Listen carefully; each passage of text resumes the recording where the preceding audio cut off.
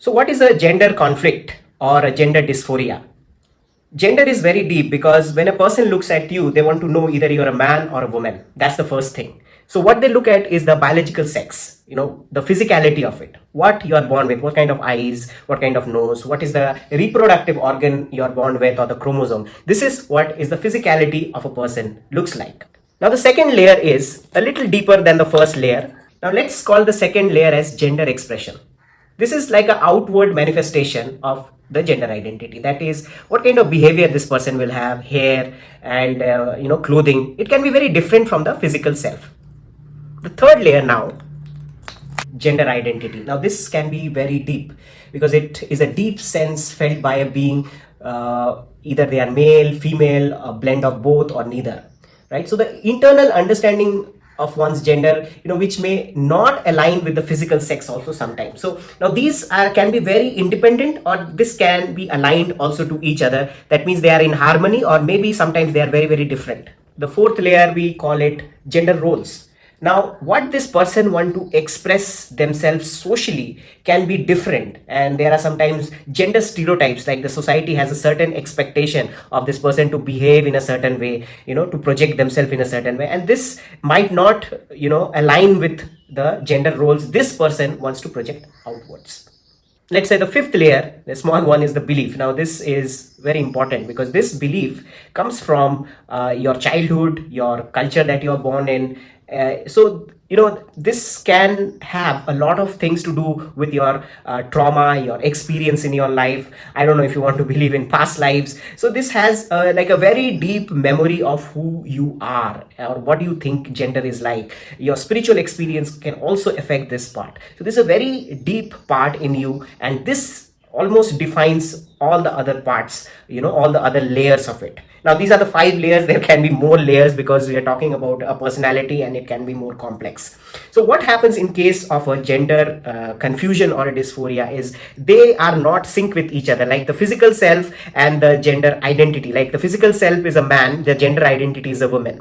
Right now these two are going to fight with each other. They don't like each other, or there is a confusion, there is a friction there. Okay, or otherwise, let's say the gender expression does not match gender identity. Again, they are going to fight with each other. Or let's say the gender role or the gender expression or the physical gender, they don't match with each other, and they, there is a conflict, they don't like each other. So what happens with this person, this personality is now haphazard, they are not aligned. Let's say something like this, they are placed like this, they are not aligned. So this person is in a confusion, it's not like a total person, right? Not aligned. So this chaos, this chaos in this person can be sometimes called like a gender identity or a gender dysphoria, where it's very painful for this person to understand where this person fits in, right? So this is called gender dysphoria. So many men, they were born as a female. People ask me, why did I change my gender? Why did I go through a sex reassignment surgery? I became a male from a female. The symptoms that I had as a child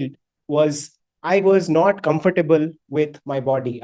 It was like, you are wearing a itchy fabric all the time and you want to, throw out what you are wearing. You're not comfortable. Apart from that, I always had a boyish nature from childhood. I always wanted to play with boyish toys, guns. I was never attracted to, feminine things like any kind of jewelry, lipstick, nail polish. I was never attracted to them. My dysphoria gender problem became very heightened at the stage where I was a teenager, and I was really confused to what I am. I always felt like a male, but I was in a female body, and most of the time I'm in my mind thinking and depressed what I want to do. So the identity crisis was really hard for me during that time. I was reading what is a man, what is a woman. I was interested. I was learning whatever information I could get was biology and a little of psychological information, which was not enough for me.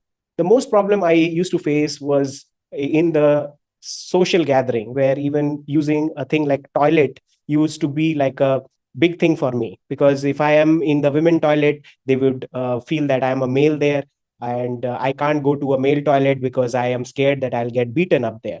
So These are some of the very simple but complicated problems I had faced during that phase. I was never comfortable with my feminine name and how I was addressed. If people were calling me with a female name or they were addressing me like a female, I used to get very depressed.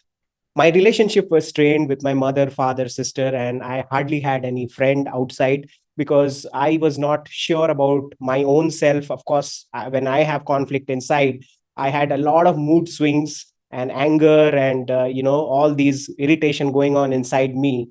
And so relationships were really a problem at that time.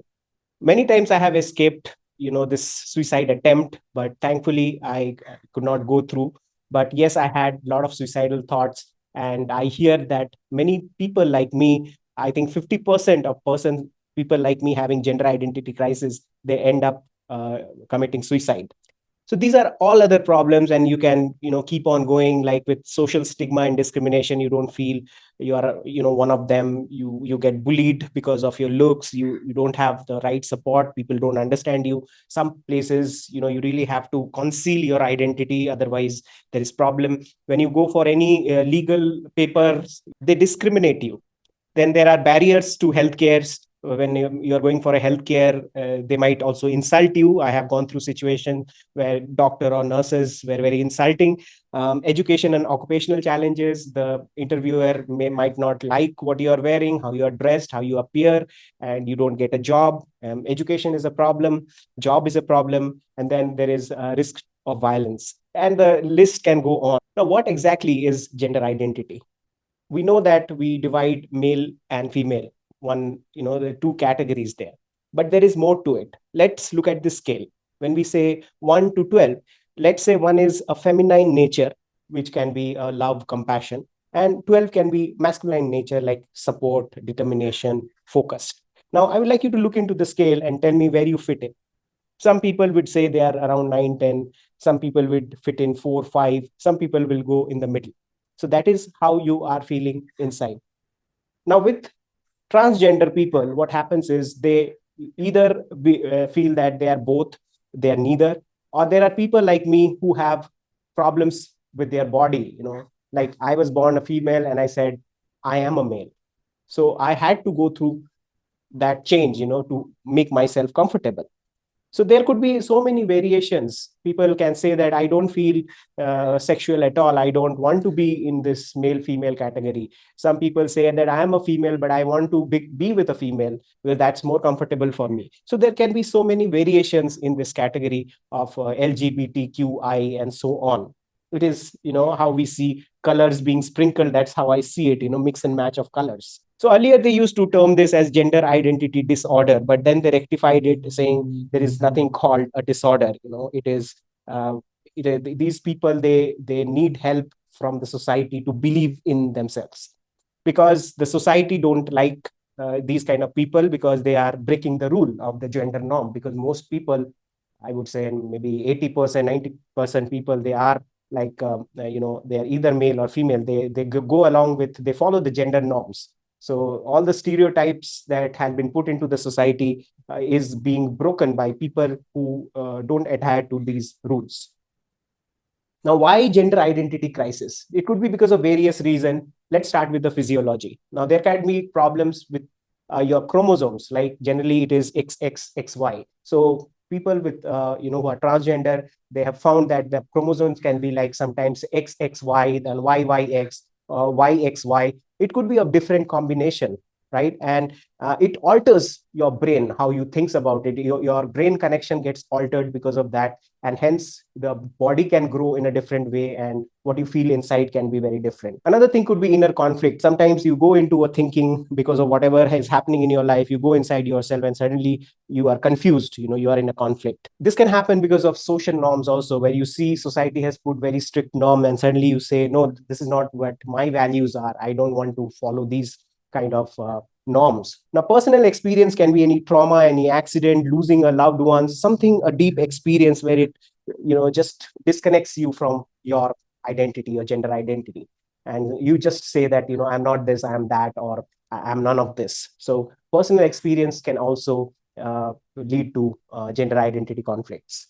Also self exploration, like people who are going deep within themselves for an inner search. And sometimes they go across, I don't know if you want to believe in past lives, right? So they see their past lives as for example, many male past lives or many female past lives. When they see all these things, they said, okay, this is like, okay, this happened to a soul. The soul can take as birth as a male or a female, and they become flexible, or they might choose to become another gender for some they might feel like a purpose there, for becoming a male or a female. So this confusion can also come from self exploration. Now this condition is something like the worst thing a soul can have. It is almost like you don't have yourself, and you're looking for yourself everywhere.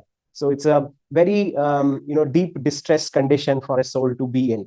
So some question that you can ask yourself if you are going through a gender identity crisis. The first question is, how do I feel about my assigned gender at birth? Are you comfortable, not comfortable, or what is it? And the second is, what experience or emotion triggers feeling of discomfort or dysphoria regarding my gender identity? The third is, what aspect of my gender expression feel authentic to me? Now, there can be more questions. I'm going to put some questions down below, and you can just go and read them to explore more. But these few questions can really, clarify what you are looking for, and it can give you a direction. How did I overcome this crisis? The first thing that I did was I looked for support groups. Yes, I looked for friends, somebody who will understand me. So luckily I did find friends and some mentors who supported me in my journey. Some people say we don't find anybody. So if you don't find anybody, then talk to a dog, start talking, at least talking. This expression is important. Talking to a tree, talking to a dog, talking to the sun, moon, star, whatever, or writing it down. It is important that you start sharing. And these days there are like internet groups are there. It is not that difficult to find people. So we will find people who are like us, right? There are people who go through this identity crisis, and if we can go and talk to them, they do counselings. There are like LGBTQ communities. If you're comfortable, you can go there, or if you're not comfortable, you can join through a Facebook group or something. But it's very important that you find like-minded people. The second is, which I went through, is I had gone through professional guidance. My condition was very confusing, very critical.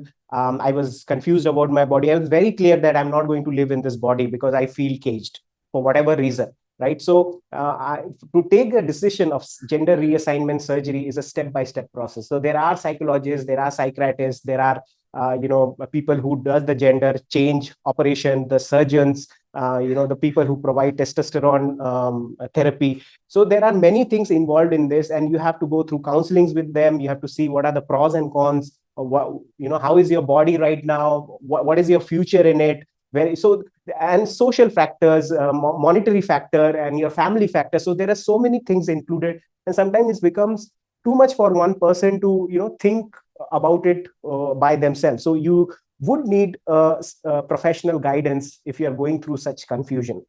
Another thing which I did was meditation, self-inquiry, which calmed me down, which actually gave me a lot of answers to my questions that I was having. So this is a good thing to do, to keep yourself calm and explore and see, who am I authentically.